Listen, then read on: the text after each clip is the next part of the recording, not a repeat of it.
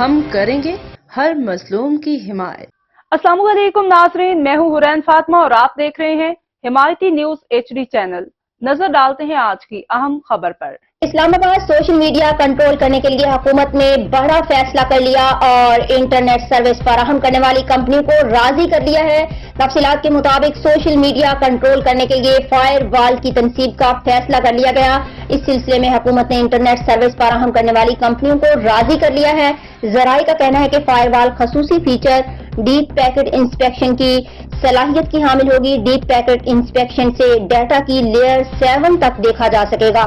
ذرائع نے بتایا کہ ڈیپ پیکٹ انسپیکشن سے ڈیٹا کو فلٹر کیا جا سکے گا اور فائر وال ایپ کے بجائے IP لیول پر ڈیٹا بلاک کر سکے گی۔ ذرائع نے کہا کہ فائر وال پروپیگنڈا پوائنٹس کی نشاندہی کر سکے گی، ساتھ ہی پروپیگنڈا پوائنٹس IDs کو بلاک کرنے کی صلاحیت رکھے گی۔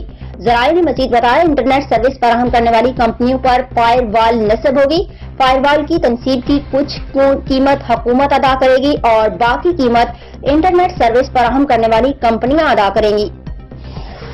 اسلام آباد سپریم کورٹ نے مونال سمیت نیشنل پارک میں قائم تمام ریسٹورینٹس بند کرنے کا حکم دے دیا۔ تفصیلات کے مطابق سپریم کورٹ نے مونال ریسٹورینٹ کیس کی سماعت ہوئی، جس میں عدالت نے CDA کی رپورٹ مسترد کر دی۔ دوران سماعت عدالت نے مونال سمیت نیشنل پارک میں قائم تمام ریسٹورینٹس بند کرنے کا حکم دیتے ہوئے کہا کہ نیشنل پارک میں قائم ریسٹورینٹس 3 ماہ میں مکمل ختم کیے جائیں۔ سپریم کورٹ نے کہا کہ نیشنل پارک سے باہر کہیں بھی لیز مقصود ہو تو متاثرہ ریسٹورینٹس کو ترجیح دی جائے۔ نیشنل پارک میں کمرشل سرگرمیوں کی اجازت نہیں دی جا سکتی۔ غزہ میں جنگ بندی کی کوششوں پر اسرائیل کی ہٹ دھرمی برقرار ہے۔ گزشتہ 24 گھنٹوں میں 40 فلسطینی شہید کر دیے۔ اسرائیلی حکام کا کہنا ہے کہ تمام مقاصد حاصل کرنے تک جنگ نہیں روکیں گے۔ جنگ بندی تجاویز اسرائیل کو مقاصد کے حصول کی اجازت دیں گی۔ اقوام متحدہ سلامتی کونسل میں گزشتہ رات غزہ جنگ بندی کی امریکی قرارداد منظور ہوئی۔ حماس نے اقوام متحدہ سلامتی کونسل کی غزہ جنگ بندی قرارداد کا خیر مقدم کیا ہے اور تفصیلات پر بات چیت کے لیے آمادگی ظاہر کر دی۔ غزہ میں جنگ بندی کی کوششوں کے باوجود غزہ میں اسرائیلی فوج کے حملے اب بھی جاری ہیں۔ گزشتہ 24 گھنٹوں میں 40 فلسطینی شہید کر دیے۔ ادھر اسرائیلی فوج کی مقبوضہ مغربی کنارے میں بھی جارحیت جاری ہے۔ چھاپہ مار کارروائیوں میں مزید 6 فلسطینی شہید ہو گئے۔ فلسطینی مزاحمتی گروپ کے جوابی وار میں رفح میں 4 اسرائیلی فوجی مارے گئے، جبکہ حزب اللہ نے لبنان کی حدود میں اسرائیلی ڈرون مار گرایا۔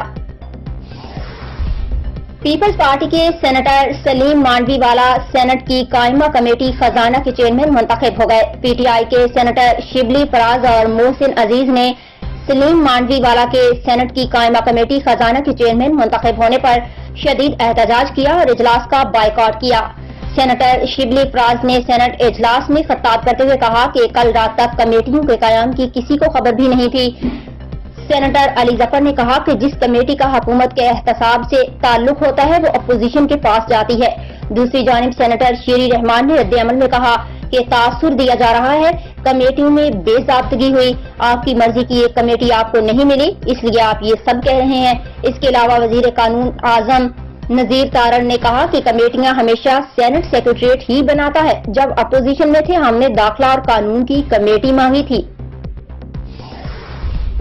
پیپلز پارٹی نے بجٹ سے متعلق حکومت کی جانب سے اعتماد میں نہ لینے پر شدید تشویش کا اظہار کیا ہے۔ چیئرمین بلاول بھٹو زرداری کی زیر صدارت پیپلز پارٹی کی پارلیمانی پارٹی کے اجلاس میں PPP کی بجٹ تجاویز پر کمیٹی کو حکومت سے رابطے کے لیے بدھ تک کی مہلت دی گئی ہے۔ پیپلز پارٹی کی پارلیمانی کمیٹی کا اجلاس آج دوپہر 2:30 بجے دوبارہ بلا لیا گیا ہے۔ خورشید شاہ نے کہا ہے پیپلز پارٹی کو بجٹ IMF اور چین سے معاہدوں پر اعتماد میں نہیں لیا گیا۔ اگر IMF نے کچھ شرائط رکھی ہیں تو حکومت اعتماد میں لے، اتحادیوں کو ساتھ لے کر چلے۔ حکومت ناکام ہوئی تو ناکامیاں پیپلز پارٹی کے بھی گلے پڑے گی۔ اب تک کے لیے اتنا ہی۔ مزید خبروں اور اپڈیٹ سے باخبر رہنے کے لیے دیکھتے رہیں حمایتی نیوز HD چینل۔